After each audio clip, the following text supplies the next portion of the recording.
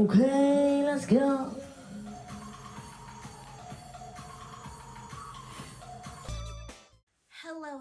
Hello. My name is Madison, and welcome to the Madison channel. This is our 1-year anniversary.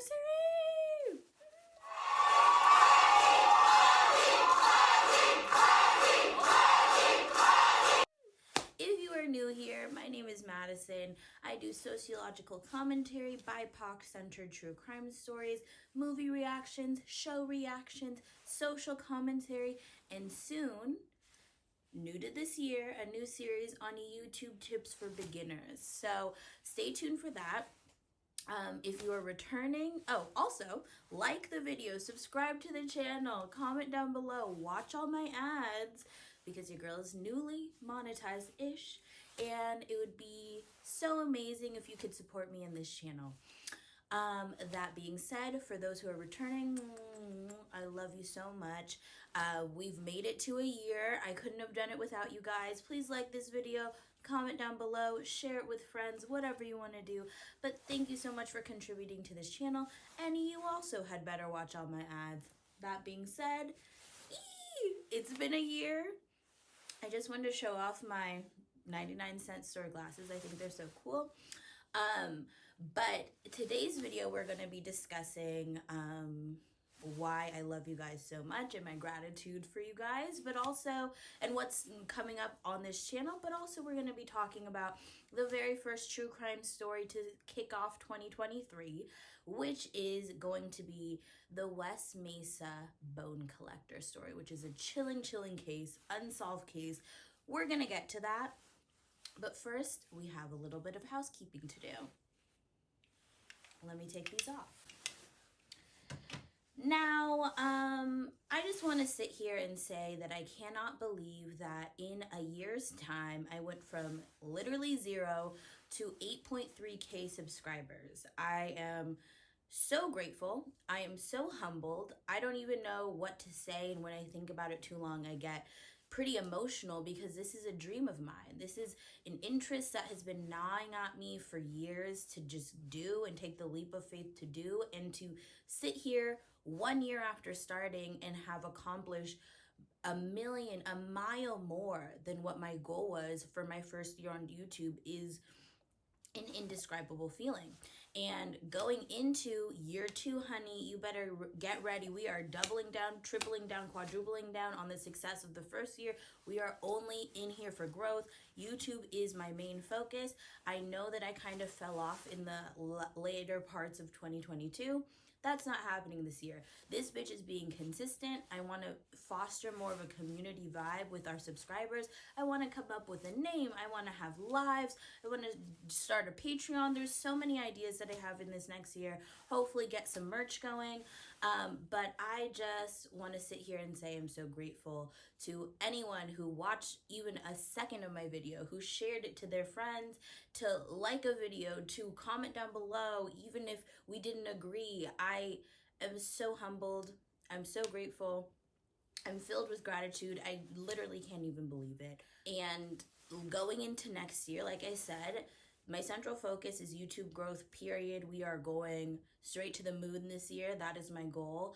I want to be super consistent. I also want to, like I said, foster more of a community vibe with our subscribers, get our base going, get interconnection, get this family really feeling like a family. That is my focus for 2023. I also am starting a new YouTube tip series called YouTube Tips for a Lazy Bitch, for those beginners of YouTube-esque. It could be content creation in general, but YouTube specifically, on where to start and all of that kind of thing, because quiet as it's been kept, I have been documenting behind the scenes my first year of YouTube. And honey, let me tell you, it is a learning curve. I've learned so much. Now looking back, that what I learned in a year is insane about this platform. And I just want to share some of the things that I learned as a literal beginner who started from 0 subscribers. And now closing out this year, I have over 8K. Hopefully soon to be 10K. Fingers crossed, we're on the road to 10K.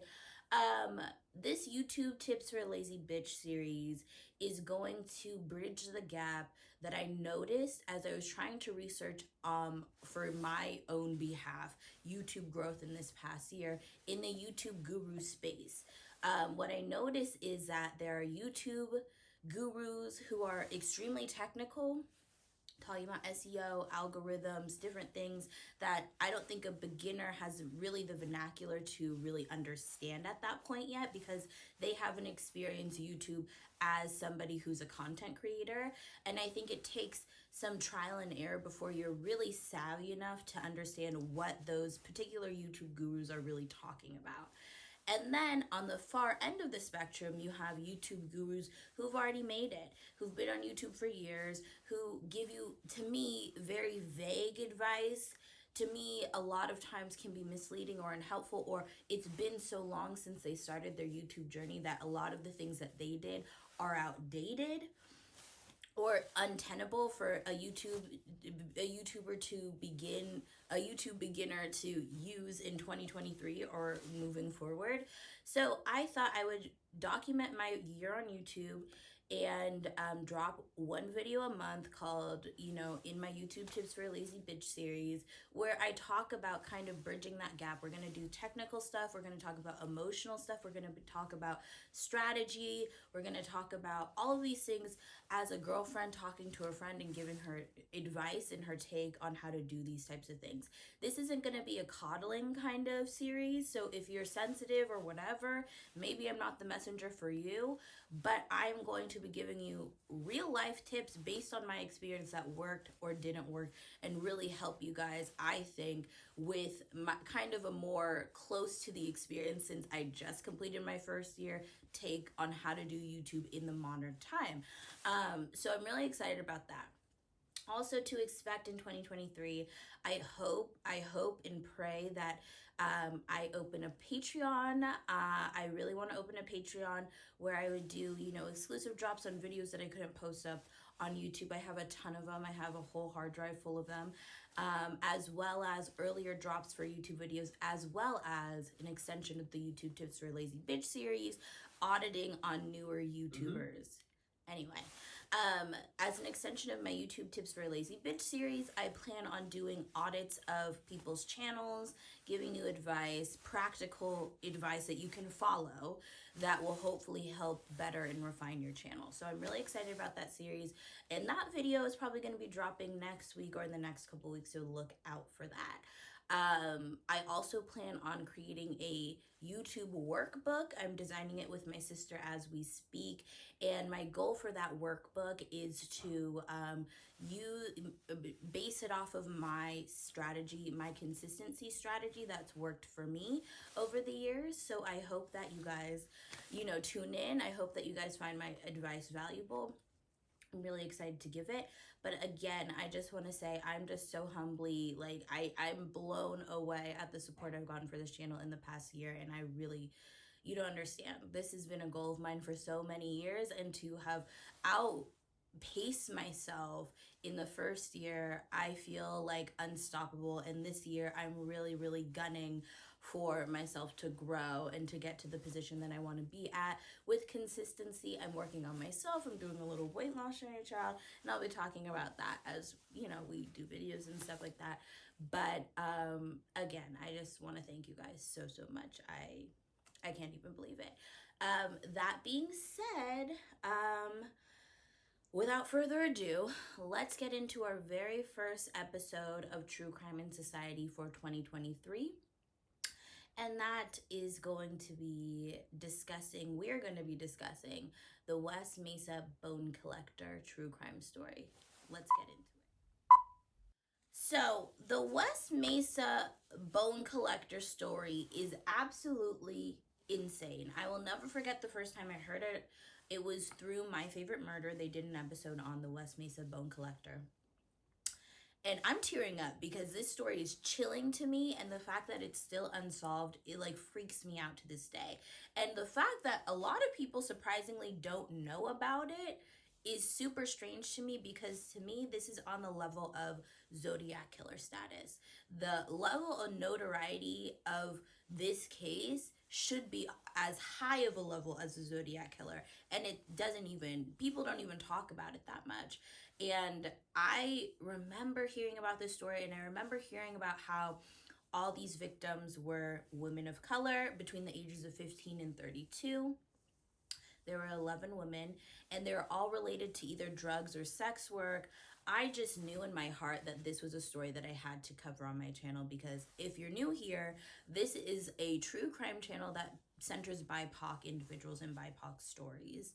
And the fact that this has very little notoriety, very little public attention, the fact that it's still unsolved to this day, it makes you wonder the fact that these women were women of color who were related to sex work and drugs. It really makes you think about the value system in this society, and if they were maybe wealthy white girls who went missing, would this story still be unsolved? You know what I'm saying? This story kind of reminds me, in terms of the neglectfulness of the police and the lack of attention and the lack of awareness of this story, really reminds me of the Cleveland Strangler video, which is a video I did on my YouTube channel last year, which is absolutely insane. Highly recommend you watch it. I'll link it in the description below. In terms of the fact that this was a very particular type of victim, this person was targeting a very particular type of person, with the knowledge that in our society, it is less likely that the police or the powers that be would throw the weight behind finding these people in the same way they would if they were, you know, specifically going after blonde hair, blue-eyed people. Check out my video on missing white woman syndrome, which was my second video ever made, on my YouTube channel. I will link that also down below for reference. So between the year 2001 and 2005, 11 women went missing and were subsequently buried in the West Mesa near Albuquerque, by an unknown assailant. Like I said, this case still remains to be unsolved. Now, the West Mesa is an area that sits west of the city where people hike, they drive four-wheelers, there's volcanoes, there's, you know, there's all sorts of Native American artifacts in this area. It is an area that is used for a lot of different reasons, mostly nature related. And over the course of 2001 to 2005, 11 women were buried here by someone that no one knows. Now, here's a little background about this particular area in the West Mesa, okay? So it was basically desolate. 2001, 2005, this was an area that people kind of just used for nature. But in 2006, it was bought out by a developer who was using the space to develop homes and build up homes and community and things of that nature.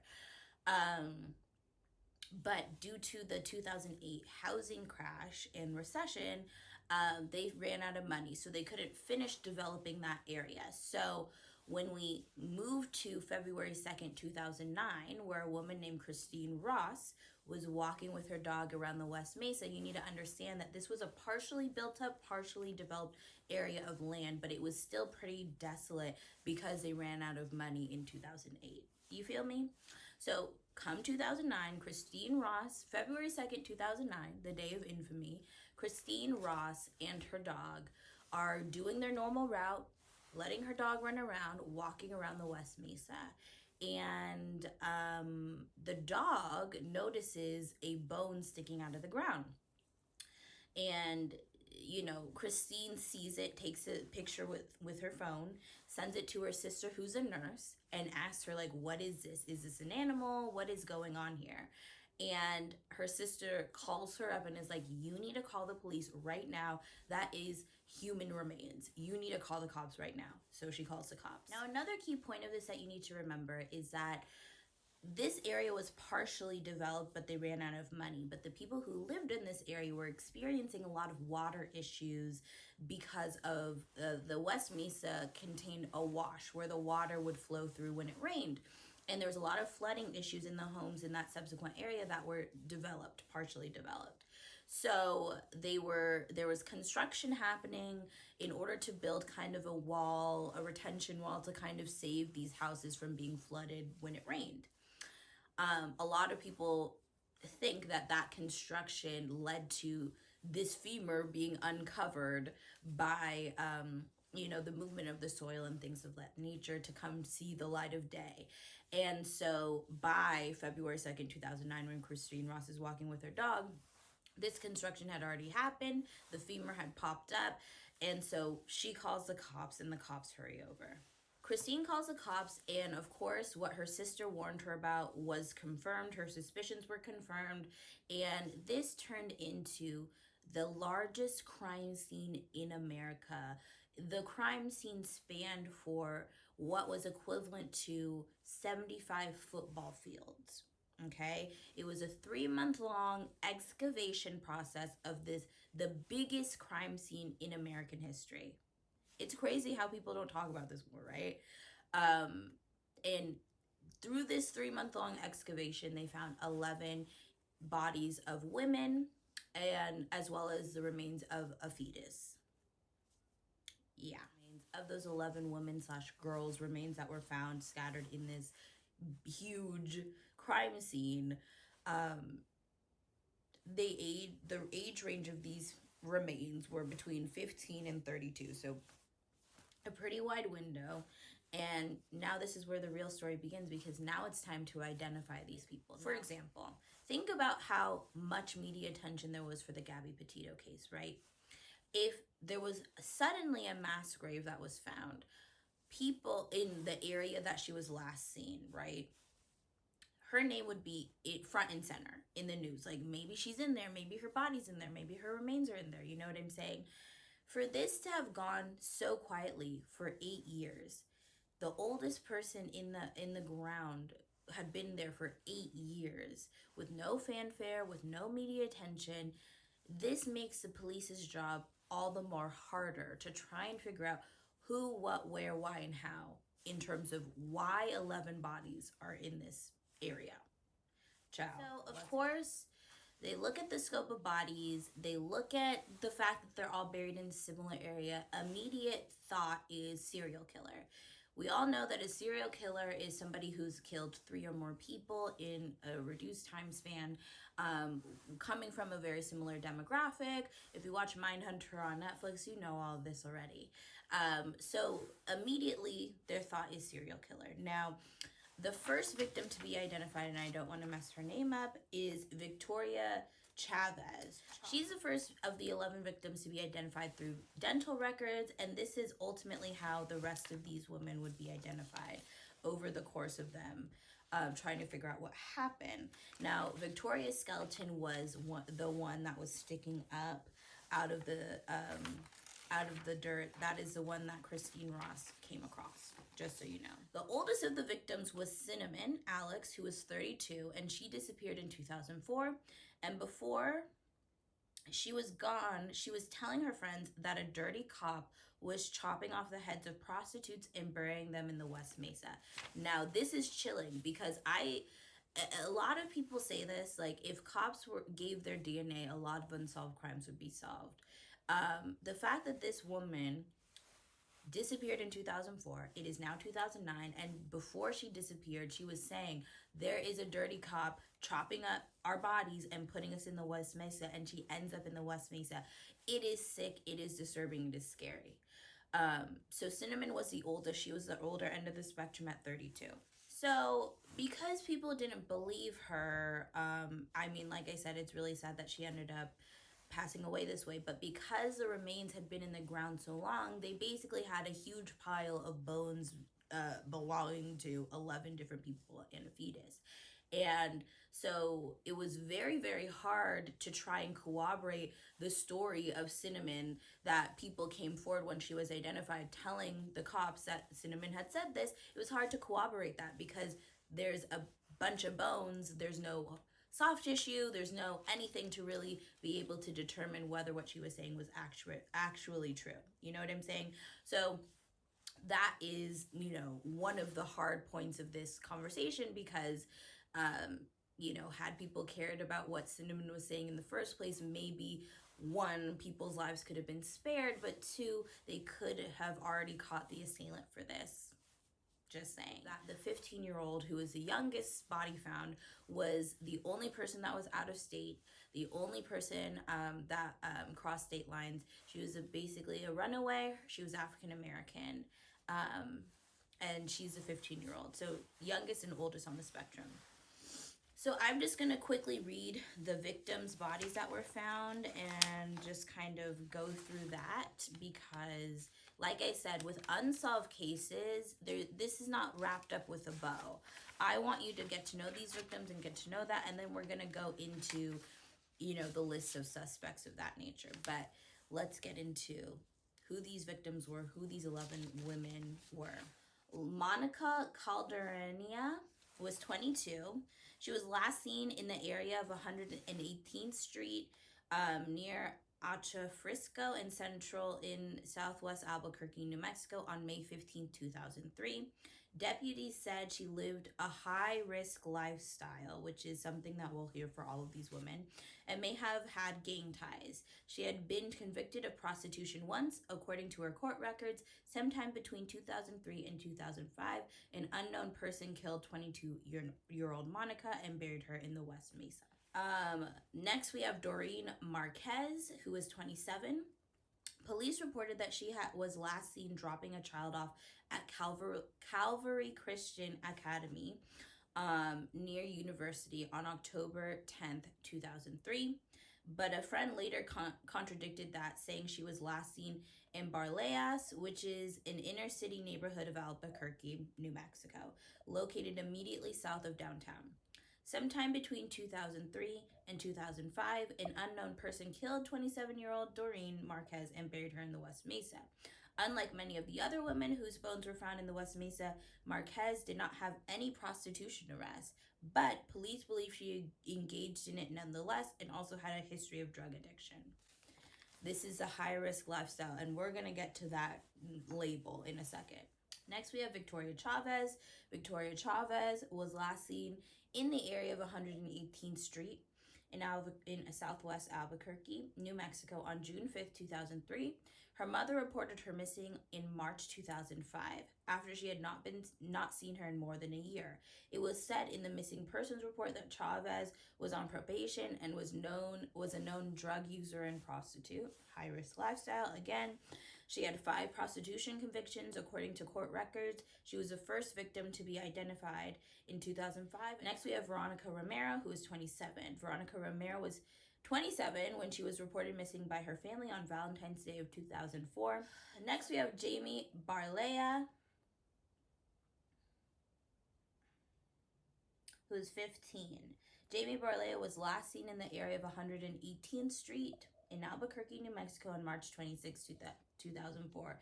Using DNA evidence, forensic experts were able to identify this 15-year-old girl. She was last seen at a family gathering in March of 2004. Jamie and her cousin Evelyn Salazar, who is also a victim, had left the gathering and went to a park near San Mateo.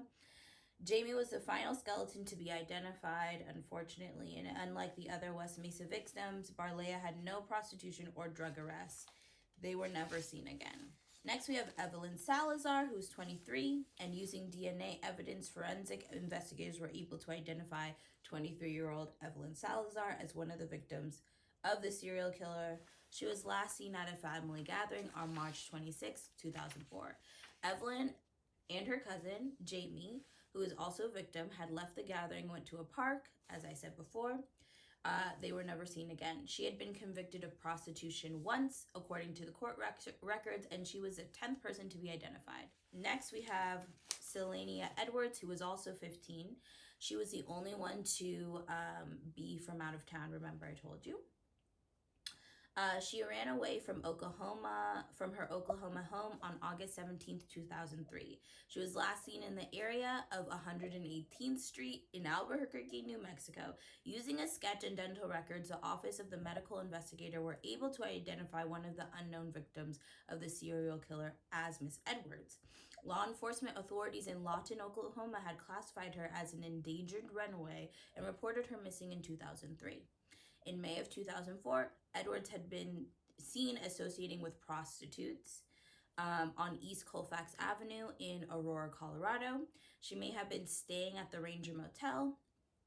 Edwards was seen in the company of 3 other women. Edwards was also 15 years old when she was last seen. She does not fit the profile of the other victims, who were all local Caucasian or Hispanic prostitutes in their 20s or 30s, and then with the exception of Jamie, of course, who was also the teenager who disappeared. Sylvania was killed sometime between 2004 and 2005. Next, we have Virginia Cloven, 24. Virginia Cloven was last seen in the area of 118th Street of Albuquerque, New Mexico on April 13, 2004. She called to say that she had a new boyfriend who had just gotten out of prison and that she was probably going to marry him. Virginia's father, Robert Cloven, reported his daughter missing 4 months later in October of 2004. Using DNA evidence, forensic investigators were able to identify 24-year-old Virginia as one of the victims of the serial killer. Investigators believe that she was killed sometime between 2004 and 2005. Next, we have Cinnamon Elks, who is 32. Cinnamon Elks was last seen in the area of 108th Street. Are we seeing a pattern? Of Albuquerque, New Mexico on August 20th, 2004. Sometime between 2004 and 2005, an unknown person killed 32-year-old Cinnamon Elks and buried her in the West Mesa, located adjacent to 118th Street in Albuquerque, New Mexico. She was the third victim to be identified, and she, like many of the others, had a string of prostitution and solicitation arrests, 19 total, with 14 convictions. She was friends with at least 3 of the other victims. Next, we have Julie Nieto, 24. Julie's mother, Eleanor Grigo, says she last saw Nieto, then 23, on July 15th, 2004, at Grigo's father's house. She left behind a young son who Grigo said she had doted over.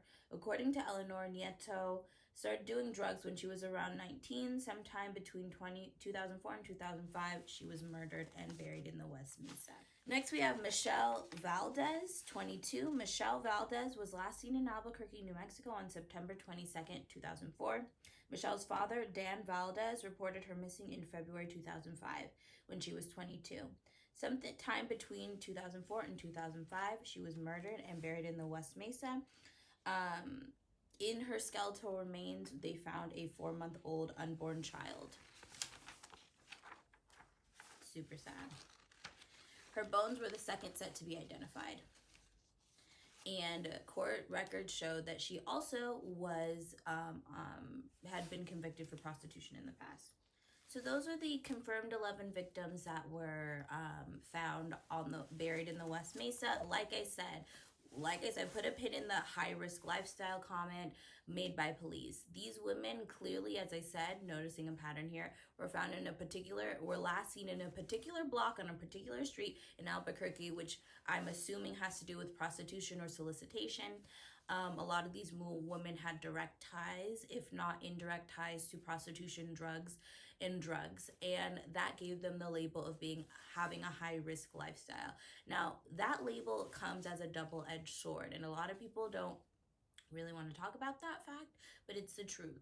It has a double-edged sword, because as much as you may believe that is a high-risk lifestyle, doesn't make the people participating in it any less human and any less deserving of justice. But a lot of times the police will put that label on women who are sex workers, who do drugs or anything of that sort, and automatically that label reduces the likelihood that they're going to put as much effort into finding where you are, finding out what happened to you, as they would of someone who doesn't have that label of being high risk. This is why I wanted to talk about this story so intensely, because not only are a majority of these women of color, But the fact that they had these labels of living high risk lifestyles, either directly or indirectly, unfortunately caused them to be taken less seriously by the powers that be. And that perpetuates the fact as to why there was 11 bodies found there when maybe there could have been one or two, had the police kind of kept their ears to the streets to try and figure out what was going on and what these disappearances meant as soon as they got these missing persons reports. Clearly there was a pattern. The police did not want to pick up on said pattern, even though multiple people attached to drug use and sex work who were women were disappearing between this particular time frame. They didn't want to sense the pattern. They didn't want to put their weight behind trying to find these people because they lived this high risk lifestyle.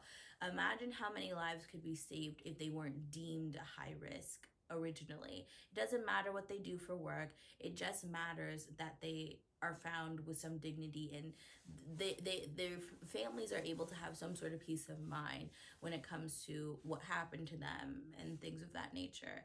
I just think it's really fucked up, and you see that with a lot of people who are in sex work professions, who do drugs or partake, or if you're just a person of color. These women were all three of these things. So it's not surprising to me, knowing what I know about specifically doing BIPOC true crime stories, knowing what I know about how the police work in these cases, that these cases were put on the back burner for other cases that they deemed to be more important until this became the biggest crime scene in American history because 11 bodies were found. Do you know what I mean? It never has to get to this point. Not saying they would have found the assailant necessarily, but taking these missing persons cases seriously, piecing together the pattern that very obviously was there. Most of these women were last seen on 118th Street in Albuquerque. So what does 108th Street mean? If all of these women were last seen at 118th Street and they have convictions for drug use and or prostitution, clearly there's a pattern happening here, which means you can build a profile of who you're trying to get. Clearly this person is involved in the economy of sex work in Albuquerque. That pares down the population of potential suspects to a lot. Clearly Cinnamon, who was yelling about a dirty cop targeting prostitutes and burying them in the West Mesa, who ended up having that exact same fate, right, was talking about this amongst her friends and amongst her circle for a very long time before she ultimately ended up being taken.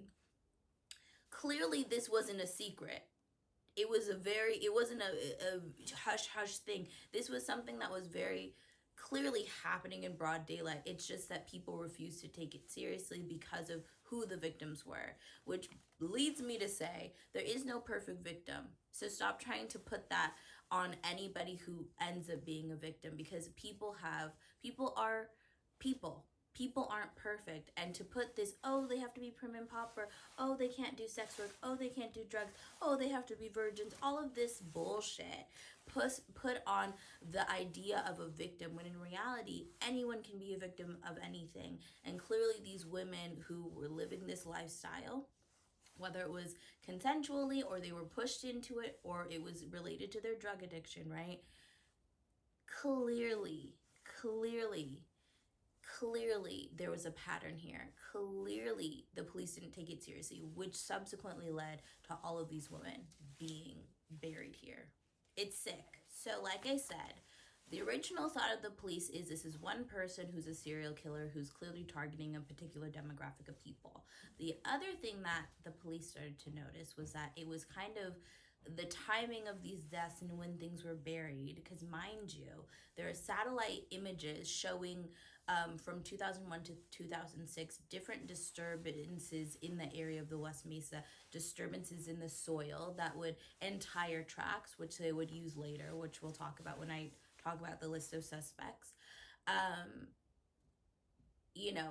There are different things that point to when and how these bodies were buried potentially, and how they kind of came up with these time frames, like I was saying. And so what they found was some of these bodies would show up around the time of the Albuquerque State Fair, the New Mexico State Fair that was hosted in Albuquerque, which would bring a lot of sex workers to the area. There's a whole black market sex worker economy going on in conjunction with the state fairs that happen in different states, because there's a bunch of people coming, there's a bunch of potential customers. So the fact that they found this link is pretty interesting, which leads me to believe, which I think led them to also believe, that it's possible that these women, their deaths could be related to a sex ring, sex trafficking ring, and all of that nature. Shout out to Andrew Tate Chow. Yeah, like I said at the top of it, there are quite a few named suspects, but unfortunately, no one has ever been charged for this crime. There was at one point a reward of $100,000 for anyone who had any information that led to an arrest. No one ever got that money. So let's go into the potential suspects, okay? So first we have Fred Reynolds.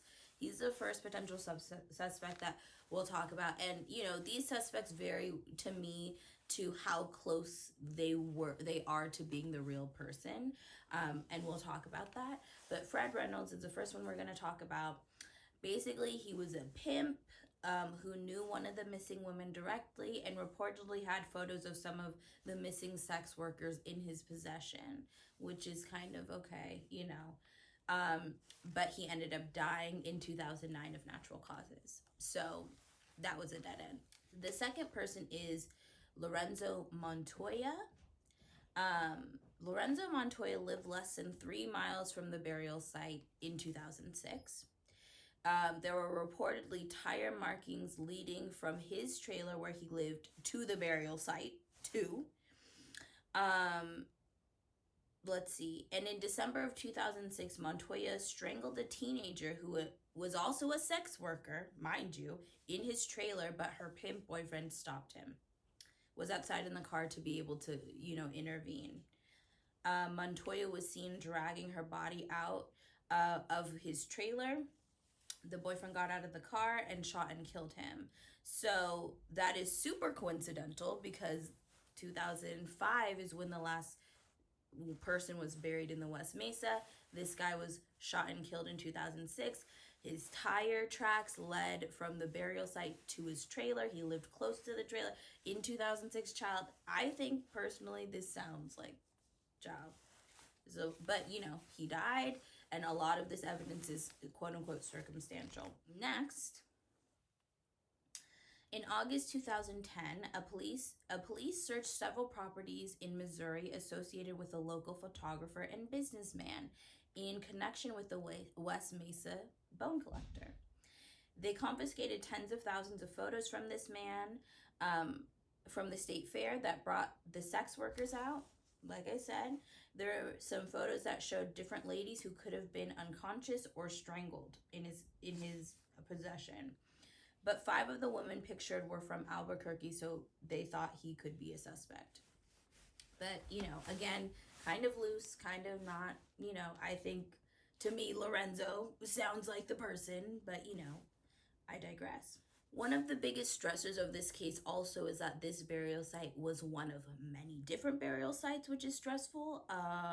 So that's also a potential thing. Maybe there are more victims that could be more telling of who is committing these crimes, but we haven't even stumbled upon that mass grave yet. So that's scary. The fourth suspect is Scott Lee Kimball, who in 2010 had basically said that he was being investigated for the murders. He denied being involved in the murders. And that's basically where that kind of stopped off. Again, Lorenzo Montoya. Number 5 suspect number 5 is Joseph Blee. In 2014, a breakthrough in the case led investigators to him.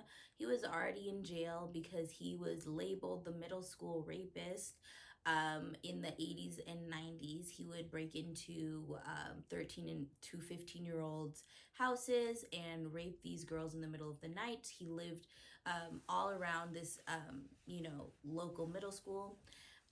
So he was arrested on those charges, and There was one dead body found in Albuquerque with his DNA.